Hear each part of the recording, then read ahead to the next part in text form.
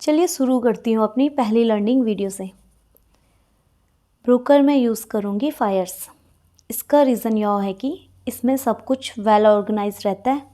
Nifty auto में सारे auto stock, Nifty bank में बैंकिंग स्टॉक्स, निफ्टी आईटी में आईटी स्टॉक्स। इसमें ट्रेडिंग व्यू काफ़ी अच्छे से यूज़ कर सकते हैं। चलिए बात करते हैं स्टॉक्स की।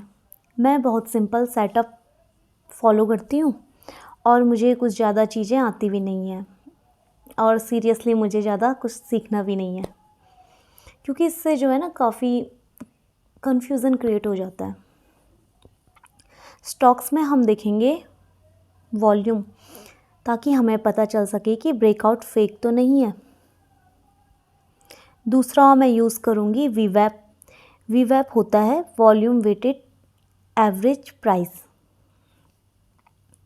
मोटे मोटे शब्दों में आप ये समझिए, वॉल्यूम के हिसाब से जो प्राइस होना चाहिए वहाँ वीवैप होगा।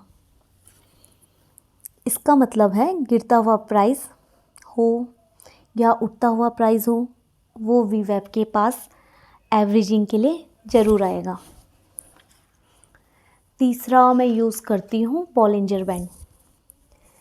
बॉलिंजर बैंड मैं एंट्री और एग्ज़िट के लिए यूज़ करती हूँ। ये हमें एक हिंट देगा कि कोई भी प्राइस ओवरसोल्ड है या ओवरबॉट है। इसके बाद मैं यूज़ करती हूँ मूविंग एवरेज को। मूविंग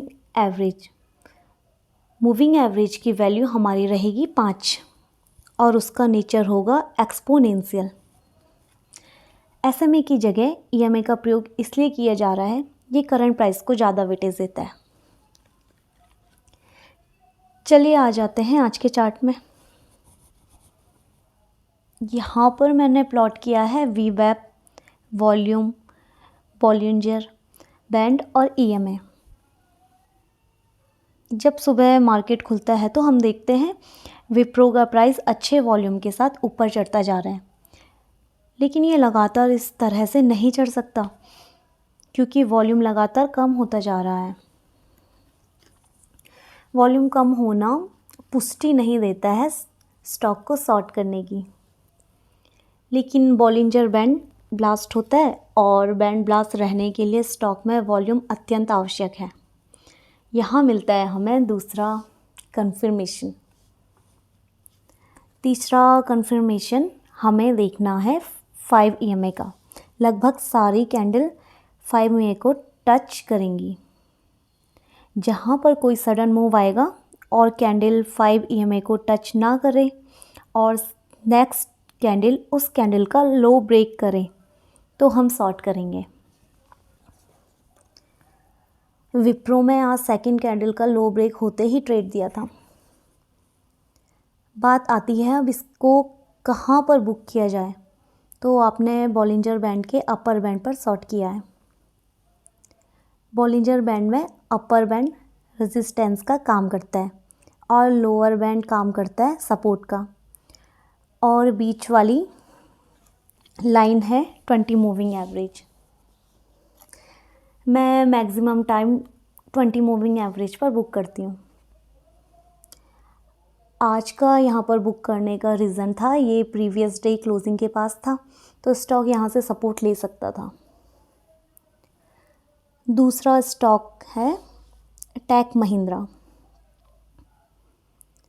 पहली कैंडल में बैंड ब्लास्ट हुआ, सेकंड में वॉल्यूम कम है तो बहुत कम चांसेस है स्टॉक के ऊपर जाने के। सेकंड कैंडल 5 EMA को टच नहीं कर रही है। थर्ड कैंडल सेकंड कैंडल जो कि 5 EMA को टच नहीं कर रही है उसका लो तोड़ती है।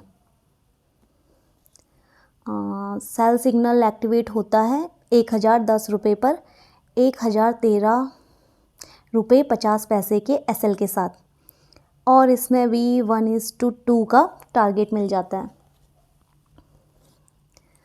अब हम देखेंगे कि बॉलिंजर बैंड का रोल क्या है। अब आज का ACC का चार्ट देखिए। 9:40 की कैंडल में हाई वॉल्यूम आता है। स्टॉक बॉलिंजर बैंड को ब्लास्ट करने की कोशिश करता है, लेकिन अगली कैंडल में वॉल्यूम कम होने के कारण बैंड ब्लास्ट नहीं होता। 9:45 की कैंडल फिर से 5 में टच नहीं करती और स्टॉक को आप फिर से शॉर्ट कर सकते थे। डालमिया भारत का चार्ट देखिए,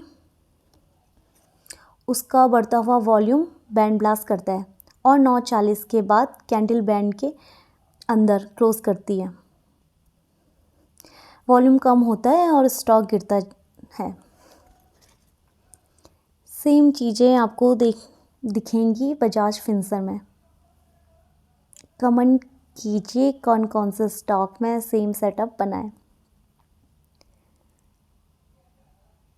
चलिए मिलती हूँ अगली लर्निंग वीडियो में, जो होगी बाइंग सेटअप और उसके बाद इंडेक्स पे। तब तक के लिए बाय।